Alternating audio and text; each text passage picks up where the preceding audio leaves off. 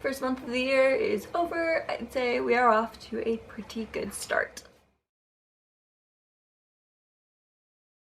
Hello lovely people, my name is Nicole and today I am talking about all the books I read in January of 2016. So it was a pretty good reading month. I had a stretch of about a week and a half where I was just, knocking out books. It wasn't my best month that I've ever had, but it was still pretty solid, a good start to the year.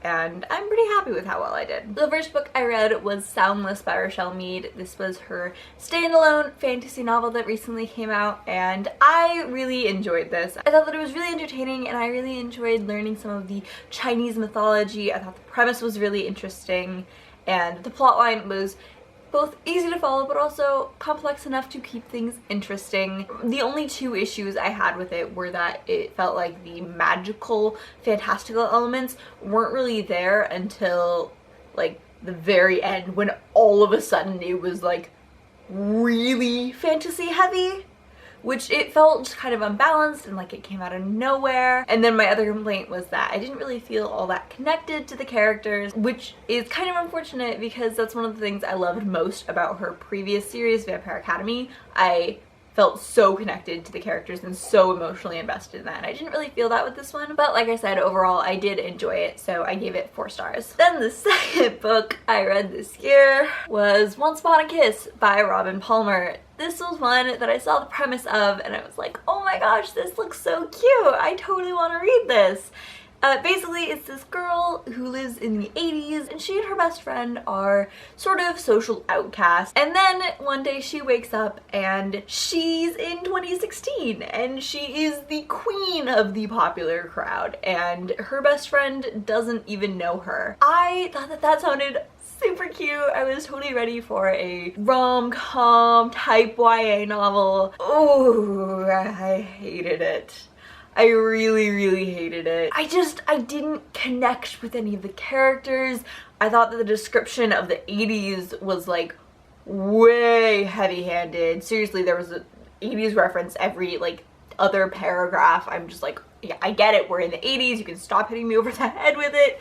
And then my main problem was Zoe, the main character. She claims to be this sort of offbeat alternative, but the description of her is like they were just describing an 80s Halloween costume. And then when she got to the modern day, she was such a bitch. She wakes up, she finds out that her best friend in this reality is the popular girl from her time, and she doesn't even like give this girl a chance. This girl is trying to understand why the hell suddenly her best friend is acting crazy, and she's just like pushing her away and completely rejecting everything she says. Just not even getting a like trying to get to know her or understand her point of view. And she does the same thing with the guy that she's dating in modern day. And I can totally understand where sort of we would have the opportunity to make like a positive change, both in her learning a big life lesson and her then like going back to her time and teaching everyone the better way or whatever. I mean, it would have been cheesy and like I would have been kind of annoyed, but like I would have gotten it. It would have made sense. But at the end of the day, like everything just fit perfectly for her. Everything just worked out and she didn't actually have to do any work. She didn't actually learn any lessons. So in case you can't tell, I gave this book 1 star. In contrast to that, the next book I finished was The Final Empire by Brandon Sanderson. If you've been following me on Goodreads, you'll know I've been reading this book for an absurd amount of time. I have been reading this book since May of 2015. I never take this long to read books. Like, it was getting painful, and the worst part is, while reading this book, I was really enjoying this. Every single time I read even a page of it, I loved it. But for some reason, it just took me forever to get through. Hopefully the other books in the series won't take me as long to get through because I love it so much. I loved the characters. I thought Finn was adorable and wonderful and just a delight to read from the point of view of. I loved Kel. I loved the entire crew. Because it took me so long to read it and I was reading so sporadically, I did have a bit of trouble keeping straight who was who. But when I sort of understood who was doing what job and everything, I did really enjoy them. And I thought the plot was amazing. I thought the magic system was incredible. Really well explained in a way that made it seem both like really complex and interesting, but also really simple to understand from a reader perspective. Absolutely amazing. I loved it. I need to pick up the next books in the series. I have them, I just haven't had a chance to read them yet.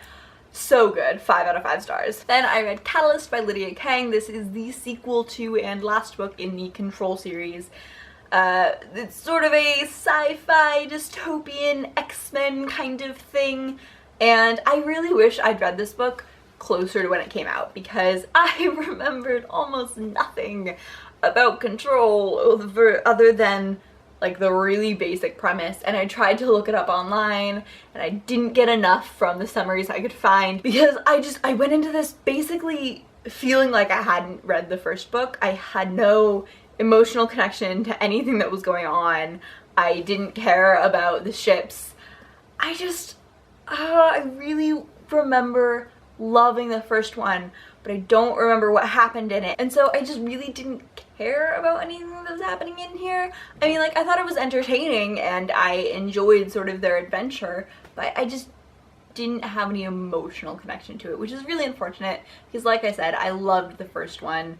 So I gave it 3 stars because I can totally see how I would have absolutely fallen in love with this book had I actually remembered what happened in the first one. Next, I read Far From You by Tess Sharp, and wow, this book is an emotional adventure. So if you don't know what this is about, it's about a girl whose best friend gets murdered right in front of her, and then the killer knocks her out and plants oxy on her, and unfortunately she is recovering from an addiction, and so her parents send her to rehab, and when she gets back, she is determined to figure out what happened to her best friend. It was so good. There was this fantastic like mystery thriller aspect that I really enjoyed. It kept me on my toes the entire time. And then there was another aspect that was honestly, let's be real, the reason I picked this book up, and that is that the main character is bisexual, and there's a whole romance going on between the main character and her best friend, and that's told sort of through flashbacks that are kind of disjointed feeling. It's chapters switch off between modern day and the flashbacks are not in chronological order, and so it gives this really interesting sort of fractured feeling that I think memory often has, that I thought was really, really interesting to read. And also just the way that Tess Sharp wrote the relationship was so good. I am very upset about the fact that this is the only book she has out, because I want to read so much more from her. I gave this 5 stars. And then clearly I was just in a queer contemporary mood, because the next book I read was Fans of the Impossible Life by Kate Skelsa. I really liked this. First of all, I just want to give a trigger warning for homophobic slurs and violence, as well as depression, self-harm, suicide, and drug abuse. This book is so much deeper and more emotional than I expected. I expected a lighthearted romance type thing, and wow, no. Nope, that's not what I got.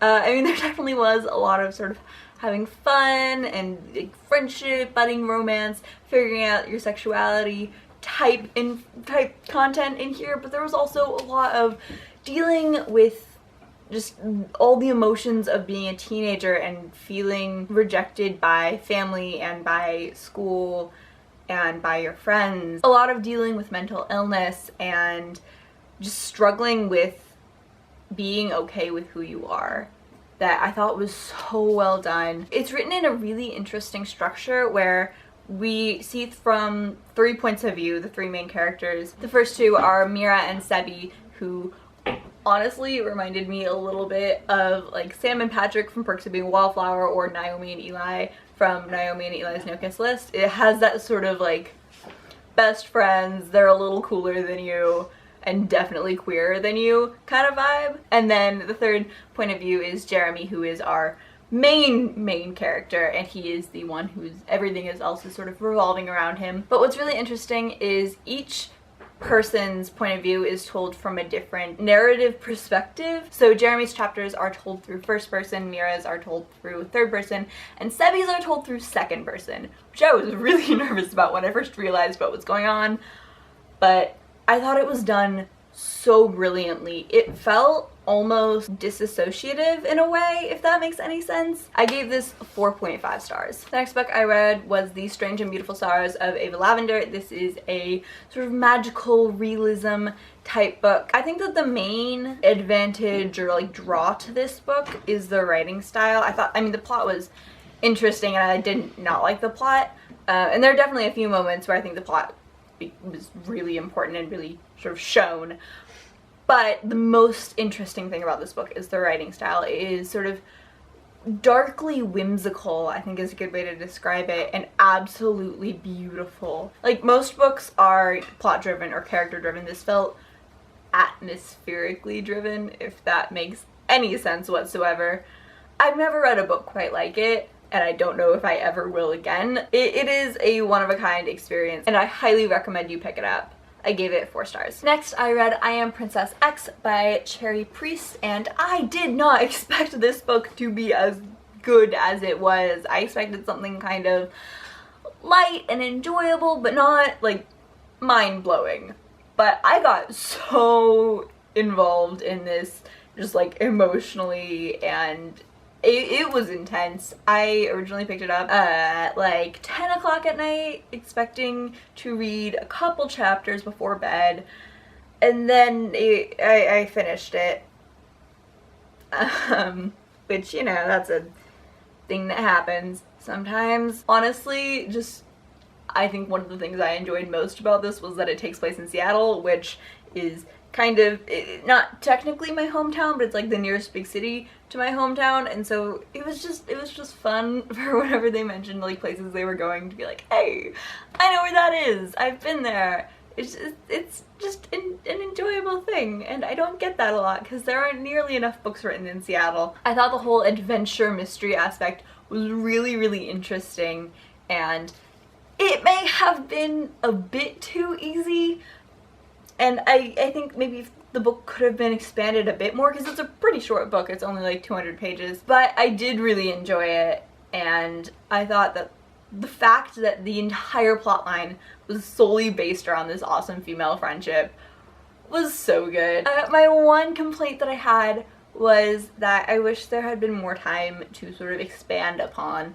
the various relationships, get to know these characters in the context of how they interact with each other. But I understand that we were a little busy with the whole trying to save a teenage girl's life kind of thing. But like I said, I really, really enjoyed this. I gave it 4.5 stars. Then I read Their Fractured Light by Amy Kaufman and Megan Spooner. This is the third and final book in the Starbound trilogy, and this is another one that I kind of wish I'd read closer to the other 2 books because I don't have the other 2 books with me in college to refer back to. I didn't really remember all that much of like Lilac and Tarver or Jubilee and Flynn's storyline, so that was a bit unfortunate. I didn't really feel like I was as emotionally invested in their storylines. However, I did really, really enjoy Sophie and Gideon's romance. I thought it was really cute, that fantastic like bantery kind of thing, and Gideon is just like swoon. I love him. To be quite honest, going into this, I completely forgot that there was a whole like other plot line going on other than people falling in love in space.